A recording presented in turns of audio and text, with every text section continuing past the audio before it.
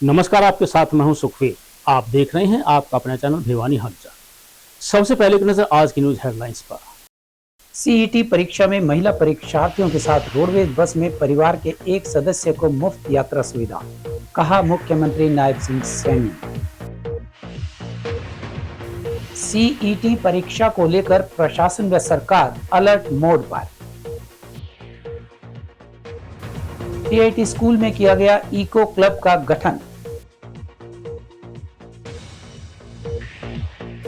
अपराधी जेल में बैठकर मांग रहे फिरौती, चला रहे अपना अपना गैंग, कहा बजरंग दास गर्ग ने। बिना सूचना के सीईटी परीक्षा के लिए वैश्य कॉलेज के कर्मचारियों की लगी हुई ड्यूटी विभाग ने की रद्द। अब खबरें विस्तार से। हरियाणा के मुख्यमंत्री नायब सिंह सैनी ने बारडा हल्के के जोजू कस्बे में पहुंचकर विकास रैली को संबोधित किया। सैनी ने 68 करोड़ रुपए की 19 परियोजनाओं का शिलान्यास किया।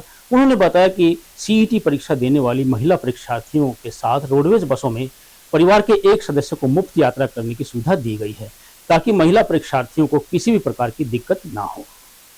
हरियाणा के मुख्यमंत्री नायब सिंह सैनी ने दादरी जिले के बारडा कस्बे के गांव झुझुकला को महाग्राम योजना में शामिल करने के साथ ही बारडा हल्के के लिए 68 करोड़ की 19 परियोजनाओं का उद्घाटन व शिलान्यास किया।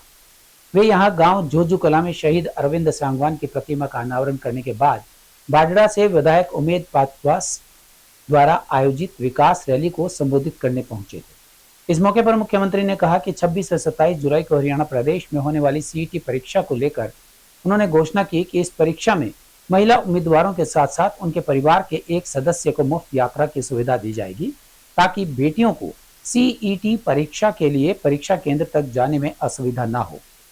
उनके साथ ही मुख्यमंत्री ने यह भी कहा कि इस परीक्षा के दौरान आम व्यक्ति जरूरी कार्य होने पर ही वाहनों का प्रयोग करें, क्योंकि बड़ी संख्या में परीक्षार्थी परीक्षा देने के चलते भीड़ का सामना करना पड़ सकता है। वहीं मुख्यमंत्री ने मंच से यह भी घोषणा की कि जल्द ही हरियाणा प्रदेश में पुलिस कर्मियों की भर्तियों के लिए आवेदन मांगे जाएंगे। इसको लेकर पुलिस विभाग के अधिकारियों को भर्ती संख्या व अन्य प्रक्रियाओं को पूरा करने के आदेश दिए जा चुके हैं। जनसभा के दौरान मुख्यमंत्री ने बताया कि वर्ष 2014 से 2024 तक के भाजपा कार्यकाल में बारडा हल्के के विकास के लिए 495 करोड़ रुपए खर्च किए गए। इसके साथ ही 474 विकास परियोजनाओं की घोषणाओं में से 321 घोषणाओं को पूरा किया जा चुका है तथा 90 के करीब घोषणाओं पर तेज गति से कार्य किया जा रहा है। नायब जी को जय श्री राम,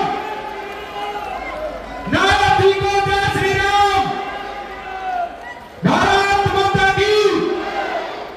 चौधरी धर्मवीर सिंह जी, बहन श्रुति जी, आपके अपने विधायक भाई उमेश सिंह खतवास जी, भाई सुनील शंकर सांगवान जी, विधायक दादरी, भाई सुरेंद्र कमांडो जी, मनदीप दालावास जी, 24 घंटे हरियाणा क्षेत्र के हरियाणा के लोगों की सेवा करने वाले, दिन रात सेवा में लगे रहते हैं। रात को 2-2 बजे 7 को माननीय मुख्यमंत्री जी ने यहाँ पे सिंचाई विभाग के तहत 32 करोड़ रुपए की लागत से मकड़ानी गांव की झील जो 2.5 एकड़ के ऊपर बनेगी और साथ के गांव जो हैं, जो मोड़ी, गोठड़ा और अन्य आगे जो गांव हैं, करीब 10,000 लोग की जो आबादी है, वहां पे ये ग्राउंड वाटर रिचार्ज करने का काम करेगी। ये बहुत बड़ी परियोजना है। और यही नहीं, चीफ मिनिस्टर साहब ने अक्टूबर से जो जबरदस्त काम किया है, आपको मैं बताना चाहती हूं, 125 करोड़ रुपया इरिगेशन डिपार्टमेंट ने यहां के इरिगेशन के कामों के लिए, चाहे वो पाइपलाइंस हो, ड्रेनेज हो, सोलर सिस्टम हो, रिचार्ज वेल्स हो, नहरों को बनाना हो, जोड़ों को नहरों से कनेक्ट करना हो, इसके लिए 125 करोड़ की लागत से जिले को दिया है। मुझे याद है सीएम साहब, सदगामा और ये तमाम एरिया हमारे एमएलए साहब बैठे हैं और ये भी हमेशा जिक्र करते रहते हैं, उमेद जी भी, कि किस तरीके से वहां पे जल भराव के कारण तमाम पानी की वजह से भूमि खराब हुई और लाख कोशिशों के बावजूद भी उसकी देखरेख नहीं करी गई। और जब दूसरी सरकारें थीं, क्योंकि पुराना मुद्दा है, तो पड़ोस के क्षेत्र में बिल्कुल सटे हुए गांव जो लगते थे वहां पे सॉल्यूशन निकाल दिया, लेकिन हमारे इस तरफ के गांव को छोड़ दिया। ये आपने संज्ञान लिया है और आपके मार्गदर्शन में अब ये काम होने जा रहा है। मेरा आग्रह है कि आप उसके अंदर सहयोग अवश्य करेंगे। जोजू कला को हमारे विधायक जी ने कहा कि इसको उप तहसील का दर्जा दिया जाए, इसके लिए हमारी एक कमेटी गठित है। आप उसमें एक एप्लीकेशन दे दीजिए, जोजू कला को उप तहसील बनाने का हम काम करेंगे। बाडड़ा में जो फायर स्टेशन के स्थापना के लिए आपने कहा है, इसकी भी फिजिबिलिटी चेक करा करके यहाँ पर एक फायर स्टेशन बनाया जाएगा, इसकी भी मैं घोषणा करता हूँ। और आपने कहा है कि महाराणा एवं ढाणी फोगाट में सरकारी स्कूलों को +2 में अपग्रेड किया जाए, इनकी भी फिजिबिलिटी चेक करा करके इनको अपग्रेड करने का काम किया जाएगा। आपके बाडड़ा विधानसभा में हमारे 311.20 किलोमीटर की 100 सड़कें जो डीएलपी की अवधि में है, आवश्यकता अनुसार जिस भी वो एजेंसी के पास सड़कें हैं, अगर उनमें कहीं टूटी है तो उनको भी हमने अधिकारियों को एक बात कही है कि उन एजेंसी के लोगों को कह करके, क्योंकि अभी और डिफेक्ट लाइबिलिटी में है, उनको ठीक करवाने का काम करेंगे। और यहाँ पर पीडब्ल्यूडी की 48.31 किलोमीटर की 12 सड़कें, जिनके ऊपर 20 करोड़ 43 लाख रुपए वो खर्च होगा, उनके ऊपर स्पेशल रिपेयर के लिए मैं आज यहाँ पर 20 करोड़ 43 लाख रुपया देने की घोषणा करता हूँ, जिनकी रिपेयर अगस्त 2025 तक ये शुरू कर दी जाएगी। और बाडड़ा क्षेत्र में जो मार्केटिंग बोर्ड की सड़कें हैं, इन सड़कों के लिए जो स्पेशल रिपेयर है वो 13.80 किलोमीटर की 5 सड़कें हैं, उनको करवाया जाएगा। और 11.70 किलोमीटर की 3 सड़कें जो स्पेशल रिपेयर ये की जाएगी, उसके लिए 1 करोड़ 19 लाख रुपया देने की मैं घोषणा करता हूं, जो आपने अपने मांग पत्र में कही है। और इस क्षेत्र की जो 63.9 किलोमीटर की 21 सड़कें हैं जो डिफेक्ट लाइबिलिटी में अवधि में हैं, उन एजेंसी को बोल करके उनको भी ठीक करवाने का काम किया जाएगा। और आपने जो कहा है कि हमारे कारी रूपा में ITI स्थापित करने का काम किया जाए, कारी रूपा में उसकी फिजिबिलिटी चेक करवा करके ITI खोलने का काम भी हम करेंगे, ये भी मैं घोषणा करता हूं। और बाडड़ा विधानसभा क्षेत्र के अंदर जो आपने कहा है कि विभिन्न गांव के रास्ते को जोड़ने वाले जो कच्चे रास्ते हैं उनका निर्माण किया जाए, इसके लिए अलग से मैं 5 करोड़ रुपया देने की घोषणा करता हूं, ताकि इन कच्चे रास्तों का निर्माण किया जा सके। बाडड़ा विधानसभा के विकास कार्यों की आपने बात कही है, बाडड़ा विधानसभा के विभिन्न गांव में जो विकास कार्य हैं उनके लिए मैं अलग से 5 करोड़ रुपया और दे करके जाता हूं। मैं आप सबका दिल से बहुत बहुत धन्यवाद करता हूं। कर्मचारी चयन आयोग हरियाणा के द्वारा CET परीक्षा को लेकर प्रशासन व सरकार पूरी तरह से अलर्ट मोड में है। परीक्षा के सफल संचालन के बारे में भिवानी के अतिरिक्त उपायुक्त मुनीश नागपाल ने बताया कि भिवानी के 35 विद्यालयों में 56 परीक्षा केंद्र बनाए गए हैं, जिनकी निगरानी करने के लिए 35 नोडल ऑफिसर व 40 रिजर्व ड्यूटी मजिस्ट्रेट नियुक्त किए गए हैं। उनका कहना है कि सभी परीक्षा केंद्रों पर परीक्षार्थियों की बायोमेट्रिक हाजिरी लेने व मेटल डिटेक्टर से गुजरने के बाद केंद्र में सभी जैमर्स चालू कर दिए जाएंगे, ताकि प्रश्न पत्र किसी भी हालत में बाहर न जा सके। वहीं इस बारे में जिला शिक्षा अधिकारी निर्मल दहिया ने बताया कि ड्यूटी पर तैनात किए गए कर्मचारियों की सूची HSSC तथा स्थानीय प्रशासन को सौंपी गई है। HSSC के निर्देशानुसार परीक्षार्थी केवल अपना एडमिट कार्ड और ID प्रूफ लेकर केंद्र में उपस्थित होंगे। इसके अलावा किसी भी तरह की कोई भी परीक्षा संबंधित वस्तु केंद्र में ले जाने की अनुमति नहीं होगी। हरियाणा प्रदेश में इन दिनों जहां एक तरफ त्योहारी सीजन शुरू हो गया है, वहीं प्रदेश के युवा इन त्योहारों के बीच सरकारी नौकरी पाने के लिए CET परीक्षा व अध्यापक पात्रता परीक्षा की तैयारियों में जुटे हुए हैं। वहीं दूसरी तरफ राज्य सरकार व प्रशासन भी इन परीक्षाओं के नकल रहित व सफल संचालन के लिए अधिकारियों से मीटिंग करने में जुटी। 26 व 27 जुलाई को आयोजित होने वाली CET परीक्षा में प्रदेश भर से 13,48,000 के लगभग परीक्षार्थी हिस्सा लेंगे। वहीं 30 व 31 जुलाई को आयोजित होने वाली अध्यापक पात्रता परीक्षा में प्रदेश भर से 4 लाख से अधिक परीक्षार्थी हिस्सा लेंगे।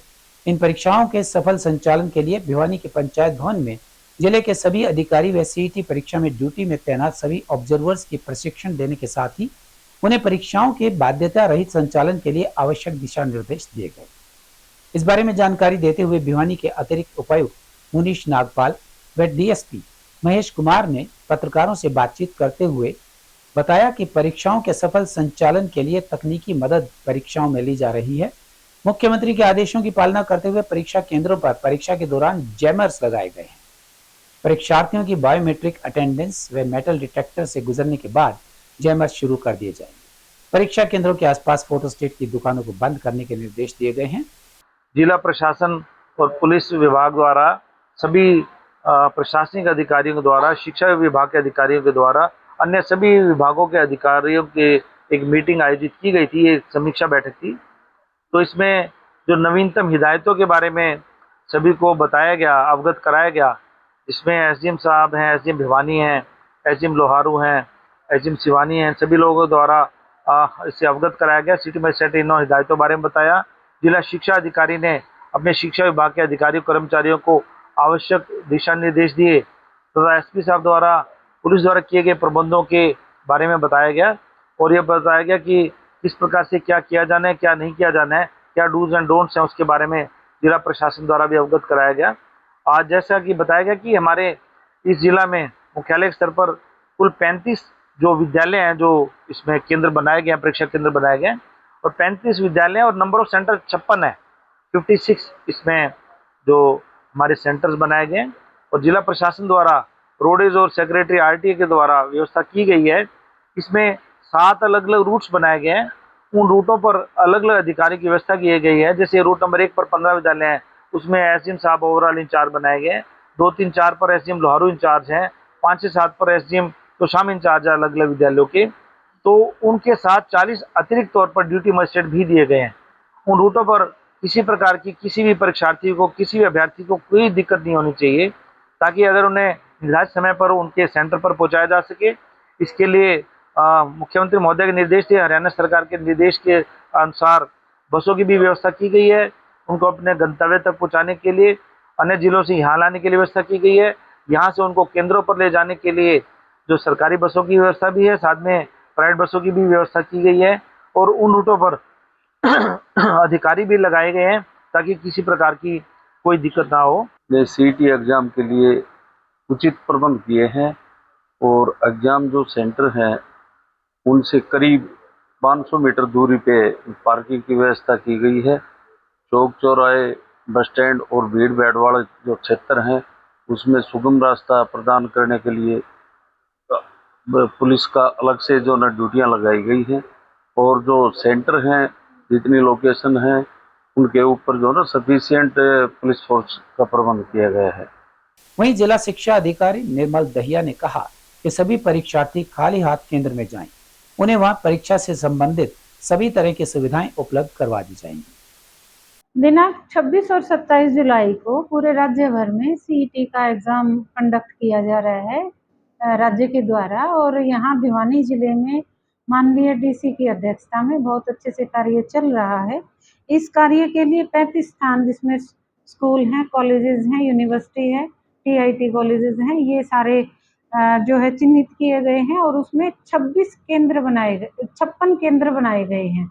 कहीं 1 है, कहीं 2 है, तो कहीं 3 भी हैं। तो इस हिसाब से कुल 56 केंद्र निर्धारित किए गए हैं और भिवानी जिले में 14,777 अभ्यर्थी परीक्षा देने के लिए उपस्थित होंगे।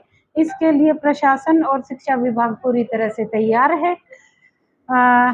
जो है विभागीय निर्देशानुसार जो एचएसएससी ने निर्धारित किया है, उसमें 24 कैंडिडेट्स के ऊपर एक इन्विजिलेटर जो है निर्धारित है, उसी के अनुरूप जो है ड्यूटीज लगा दी गई हैं और जितनी भी ड्यूटीज लगाई हैं वो जो है प्रशासन को सौंप दी गई हैं। अब पुलिस प्रशासन जो है पुलिस वेरिफिकेशन करेगा और एचएसएससी के द्वारा आदेशानुसार इनके आई कार्ड जो है वो जारी किए जाएंगे और केवल इन्विजिलेटर स्टाफ जिसमें सुपरिटेंडेंट सुपरवाइजर क्लास 4 ये हैं और इनको ही प्रवेश करने की इजाज़त है।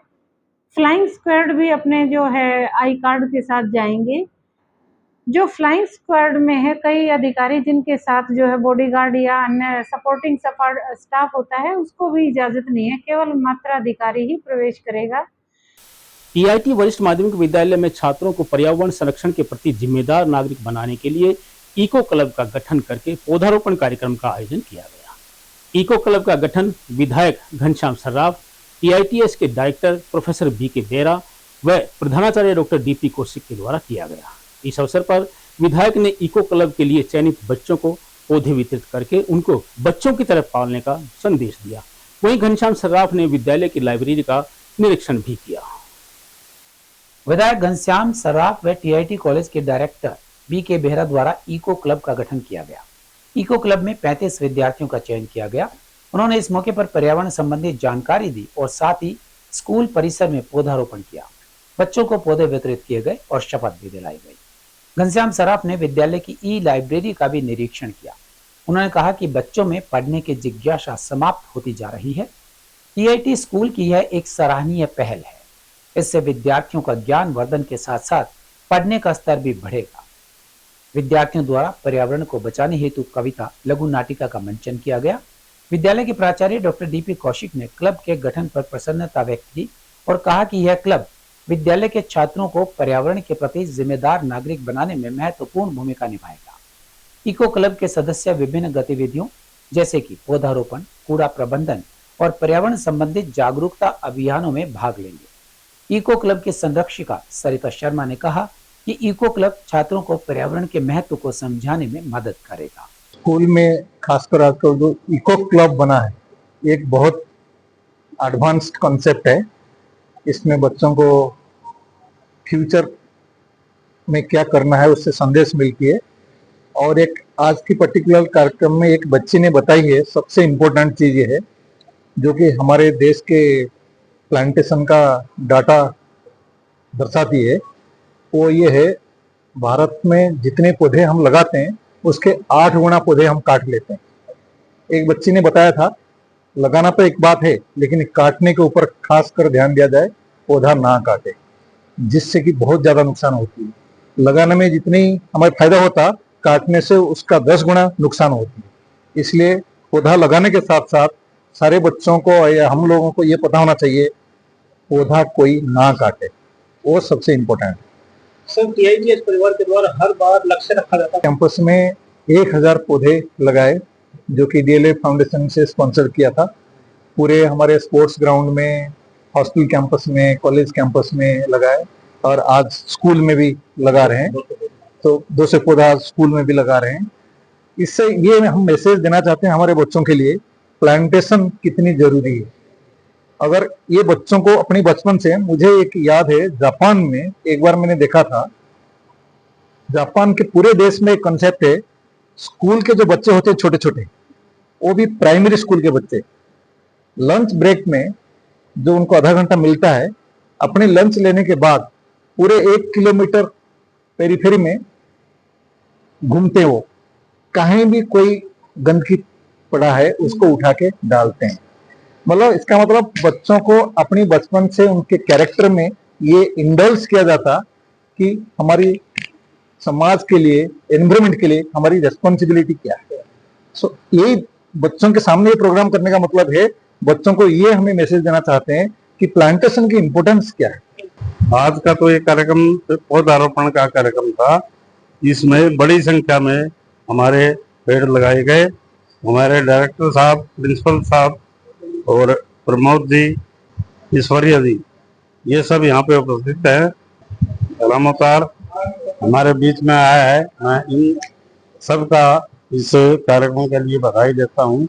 और जिस प्रकार से बच्चों ने अपने अपने कमेंट्स के माध्यम से जो अपना आदेश उन्होंने मन की बात कही है, मैं उन सब बच्चों को बहुत ही होनहार मानता हूँ। और हमारे बच्चे देश में आगे बढ़े। और सबसे बड़ा जो काम है ऑक्सीजन, जो हमारे प्रदेश में देश में घटी है, उसको पूरा करना इन बच्चों के हिसाब की बात है। बच्चे अपने घरों में जाके पौधारोपण करें। और पौधारोपण बहुत जरूरी है समाज के लिए कि ऑक्सीजन हमारी कम न हो, इसके लिए प्रयास करना चाहिए। हरियाणा प्रदेश व्यापार मंडल के प्रांतीय अध्यक्ष व हरियाणा कॉन्फेड के पूर्व अध्यक्ष बजरंग गर्ग ने पत्रकार वार्ता में कहा कि हरियाणा में अपराधी जेल में बैठकर फिरौती व मंथली मांगने के साथ साथ अपना गैंग चला रहे हैं। गर्ग ने हरियाणा में नशा रोकने व प्रदेश में अपराध पर अंकुश लगाने में सरकार को विफल बताया और कहा कि हरियाणा में अपराधियों के भय के कारण शराब के ठेकेदारों ने शराब के ठेकों की बोलियां तक नहीं लगाई हैं। व्यापार मंडल के प्रांतीय अध्यक्ष बजरंग दास गर्ग ने कहा कि सरकार हरियाणा में कानून व्यवस्था की स्थिति कंट्रोल करने में पूरी तरह विफल सिद्ध हुई है। हरियाणा में अपराधियों द्वारा हर रोज लूटपाट, फिरौती, मंथली व हत्याओं की वारदातें की जा रही हैं। प्रदेश में व्यापारी, उद्योगपति व आम जनता अपनी जान माल की सुरक्षा के लिए भयभीत है। सरकार को अपराधी व गैंगस्टरों का पक्का इलाज करना चाहिए। बजरंग दास गर्ग ने कहा कि हरियाणा में लगातार नशे का व्यापार फल फूल रहा है। युवा पीढ़ी नशे के दलदल में धंसती जा रही है। नशा कॉलेज के अंदर व बाहर बिक रहा है। हरियाणा में नशे का बढ़ने का मुख्य कारण लगातार बेरोजगारी का बढ़ना है। सरकार हरियाणा में नशा रोकने व प्रदेश में अपराध पर अंकुश लगाने में विफल सिद्ध हुई है। हरियाणा में हर रोज 3 हत्याएं हो रही हैं। एक साल में हरियाणा में 1020 हत्याएं हुई हैं। हरियाणा में हर रोज 100 से ज्यादा लूटपाट, डकैती, फिरौती व चोरियों की वारदातें होना चिंताजनक है। बजरंग दास गर्ग ने कहा कि अपराध को खत्म करने के लिए व्यापार मंडल सरकार व पुलिस प्रशासन के साथ है। सरकार को भी व्यापारी व उद्योगपतियों की सुरक्षा के लिए कठोर से कठोर कदम उठाने चाहिए। व्यापार मंडल के प्रदेश महासचिव पवन बुवानीवाला ने कहा कि प्रदेश में अपराध बढ़ने के कारण व्यापार व उद्योगपति लगातार पिछड़ता जा रहा है, जिसके कारण प्रदेश में पहले से ज्यादा बेरोजगारी बढ़ी है। हरियाणा के अंदर लगातार सरकार की गलत नीतियों के कारण व्यापार व उद्योग पिछड़ता जा रहा है। 80% छोटे छोटे उद्योग हरियाणा में बंद हो गए, मध्यम उद्योग। और ऊपर से आज लाइन ऑर्डर की स्थिति हरियाणा में बद से बदतर हो चुकी है। कोई ऐसा दिन खाली नहीं जाता हरियाणा के अंदर लूटपाट, हत्या, फिरौती, मंथली की वारदात ना होती। सुबह उठते ही पहले ये खबर आएगी, वहां मर्डर कर दिया, वहां लूटपाट कर ली, यहाँ फिरौती मांग ली, ये खबरें सुनने को मिलती है। एक दिन में हर रोज 100 से ज्यादा लूटपाट, फिरौती, चोरियों की वारदात हो रही है। मैं आंकड़े दे रहा हूं। और एक दिन में हर रोज 3 से 4 हत्याएं डेली हो रही है। और हर एक व्यक्ति, प्रदेश का व्यापारी चाहे उद्योगपति व आम नागरिक अपनी जान माल की सुरक्षा के लिए पूरी तरह से भयभीत है। आज हरियाणा के अंदर अपराधी जेल में बैठा हुआ फिरौती मांग रहा है, मंथली मांग रहा है और गैंग चला रहा है।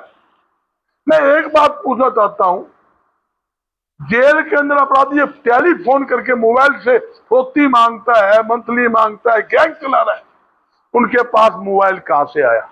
इसका मतलब जेल प्रशासन अपराधियों से मिला हुआ है और सरकार आंख मूंद रही है। सरकार को सबसे पहले जेल में बैठे हुए अपराधियों का पक्का इलाज करना चाहिए।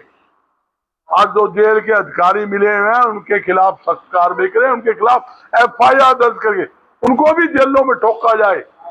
और दावे के साथ कहता हूं, जिस दिन सरकार अपराधियों पर जेलों में नकेल डाल देगी, 70% तो अपराध ऑटोमेटिक ही हरियाणा के अंदर कम हो जाएगा। अरे खुद मुख्यमंत्री अपना अपना सुरक्षित कौन समझे है, तो आज आम जनता की सुरक्षा क्या रहेगा? मुख्यमंत्री को सबसे पहले जनता की सुरक्षा की तरफ ध्यान देने की जरूरत है। व्यापारियों को मनोबल बढ़ाने की जरूरत है। व्यापारियों को कहीं भी आर्म लाइसेंस की जरूरत है। कोई भी अप्लाई करे व्यापारी, उसको आर्म लाइसेंस दे। आर्म लाइसेंस के खाए जाओ, आर्म लाइसेंस तो आप देते नहीं हो। सुरक्षा के लिए आपके पास व्यवस्था नहीं है और अब अपराधी खुलेआम अपराध कर रहे हैं। तो मेरा एक ही मांग है सरकार से, अपराधियों पूरा पक्का प्रबंध करे, नकेल डाल ले। जो भी अपराधी सिर उठाने की कोशिश करे उनका साथ सिस्टम सा बांध दे, ताकि कोई अपराधी हरियाणा में अपराध करने की हिम्मत ना कर सके। ये मेरी बात। कुछ समस्याएं हमारे प्रधान जी ने बताई है, वो है लॉ एंड ऑर्डर की। तो मैं लॉ एंड ऑर्डर पर ना बोल के आज व्यापारियों की तकलीफों के बारे में बताऊंगा कि पिछले दिनों भी मैंने कुछ स्टेटमेंट दिया था, सरकार से हाथ जोड़ के मांग की थी कि बिजली जो फिक्स रेट बढ़ाया है, जो इतना ज़्यादा कर दिया कि 165 से 290 रुपये तक कर दिया, लोगों के घरों में आज बिल आ चुके हैं। डबल रेट कर दिए गए। सभी व्यापारी जानते हैं, सभी व्यापारी इंडस्ट्रियलिस्ट बैठे हैं। भिवानी के अंदर शहर में कई हजार किलोवाट का लोड हमारी इंडस्ट्रीज पे है। बड़ी इंडस्ट्री है BTM भिवानी, बड़ी इंडस्ट्री है हिंदुस्तान गम एंड केमिकल, बड़ी इंडस्ट्री है TITS, बड़ा चिनार उद्योग, फिलामेंट, रमन फिलामेंट। कितने ही उद्योगों ने मेरे से अप्रोच किया, बाबूजी ये तो हमारे उद्योगों को बर्बाद करने की बात है। आज हिंदुस्तान गम भिवानी से पलायन करके अहमदाबाद नई फैक्ट्री डाल रहा है, उनको भी भारी तकलीफ है। एक इंडस्ट्री की नहीं, हर इंडस्ट्री की यही हाल हमारे व्यापारी भाइयों का था। जो फिक्स चार्ज आ रहा है, इसने खाली 10 किलोवाट का लोड ले रखा था, आज उस पर हजारों रुपये तो मिनिमम फिक्स चार्ज आने लग गया। आज दूसरे हमारे ये उद्योगपतियों को तकलीफ आ रही है वाटर पॉल्यूशन डिपार्टमेंट की। आज 50% इंडस्ट्री भिवानी की बंद पड़ी है। क्यों पड़ी है? एक भय बना दिया गया है वाटर पॉल्यूशन डिपार्टमेंट के बारे व्यापारी भाग जाता है। बड़ी भारी दुख की बात है। आज मेरे साथ एक मेरे साथी बैठे हैं, प्रदीप जी। इनका एक बहुत बड़ा एसोसिएशन है जो कि पहाड़ों की एसोसिएशन है। पहाड़ों के पत्थरों पे इतना टैक्स लगा दिया, लगभग डबल के करीब टैक्स लगा दिया। 50 का 90 रुपए क्यों रॉयल्टी बढ़ा दी। तो इससे क्या होगा कि आम जनता में जो पत्थर आएगा, जो रोड़ी आएगी, क्रैशर आएगा, वह सब महंगा हो जाएगा। तो इसलिए कॉस्ट ऑफ प्रोडक्शन जो है वो बढ़ जाएगी, जिससे मकान बनाने वाले को भारी तकलीफ होगी और ये सारा पैसा जनता से वसूल होगा। वैसे महाविद्यालय प्रबंधन समिति के महासचिव विधायक घनश्याम सर्राफ ने बताया कि हरियाणा कर्मचारी चयन आयोग द्वारा आयोजित की जाने वाली CET परीक्षा के लिए जिला शिक्षा अधिकारी से केंद्र अधीक्षक व पर्यवेक्षक स्टाफ की मांग की गई थी। 22 जुलाई को अन्य परीक्षा केंद्रों की सूची के साथ ही महाविद्यालय की तथाकथित मिथ्या कमी को सार्वजनिक कर दिया गया, जो कि सर्वथा अनुचित है। वैश्य महाविद्यालय भिवानी इसका पूर्ण रूप से खंडन करता है। वैश्य महाविद्यालय प्रबंधक समिति के महासचिव विधायक घनश्याम सर्राफ ने बताया कि हरियाणा कर्मचारी चयन आयोग द्वारा आयोजित की जाने वाली CET 2025 परीक्षा के लिए बिना किसी ठोस व पर्याप्त सबूत के इस तरह की असंसदीय टिप्पणी न केवल वैश्य कॉलेज की प्रतिष्ठा को धूमिल करती है, अपितु इससे जुड़े हुए समस्त प्रबंधकारिणी, कर्मचारी तथा छात्रों के मनोबल को तोड़ती है तथा उनकी निष्ठा, समर्पण, ईमानदारी, स्वार्थ विहीन सहयोग व कार्यशैली पर एक बहुत बड़ा प्रश्न चिन्ह लगाती है। उन्होंने कहा कि वैश्य कॉलेज विगत 81 वर्षों से शहर व राज्य का एक प्रतिष्ठित व अग्रणी शिक्षण संस्थान है, जिसमें कार्यरत समस्त कर्मचारी निष्ठा व ईमानदारी से अपने कर्तव्यों का निर्वहन कर रहे हैं। वैश्य महाविद्यालय में देश के प्रतिष्ठित संस्थानों द्वारा आयोजित विभिन्न परीक्षाओं का संचालन सुचारू रूप से होता रहा है तथा विभिन्न सरकारी व गैर सरकारी विभागों द्वारा प्रदत्त समस्त जिम्मेदारियों का निर्वहन किया गया है। आज तक वैश्य कॉलेज की प्रतिष्ठा पर कोई प्रश्न चिन्ह नहीं लगा। अभी तो प्रशासन द्वारा विभिन्न अवसरों पर कॉलेज के कर्मचारियों को उनके उत्कृष्ट सेवा के लिए अनुशंसा पत्र जारी किए गए हैं। उन्होंने इस प्रकरण में सरकार से उचित जांच करने की मांग की है। जिस प्रतिष्ठित महाविद्यालय परिसर को आप जैसे प्रतिष्ठित समाचार पत्रों ने और इलेक्ट्रॉनिक मीडिया ने समय समय पर ऐसी उपलब्धियों का गुणगान हमारा किया, अचानक ऐसा क्या हो गया कि बिना किसी सबूत के, बिना किसी शक के, बिना किसी आरोप के, बिना किसी नोटिफिकेशन के अचानक कह दिया गया मेरे शिक्षक साथियों के साथ या हमारी मैनेजमेंट के खिलाफ इनकी छवि ठीक नहीं है, कि वैश्य महाविद्यालय के स्टाफ की छवि ठीक नहीं है। ये निंदनीय है और बहुत ही, जितनी इसकी निंदा की जाए उतनी ही कम है। जैसा कि हरिकेश जी ने बताया कि कल हमें मेल से एक लेटर प्राप्त होता है जिसमें भिवानी और चरखी दादरी के कॉलेजों की या इंस्टीट्यूशन की कुछ कमियां गिनाई जाती है और उस कमियों के अंदर सबकी किसी की चार दीवारी छोटी है, किसी के भीड़ भाड़ का इलाका है, किसी के पास फोटोस्टेट मशीन है।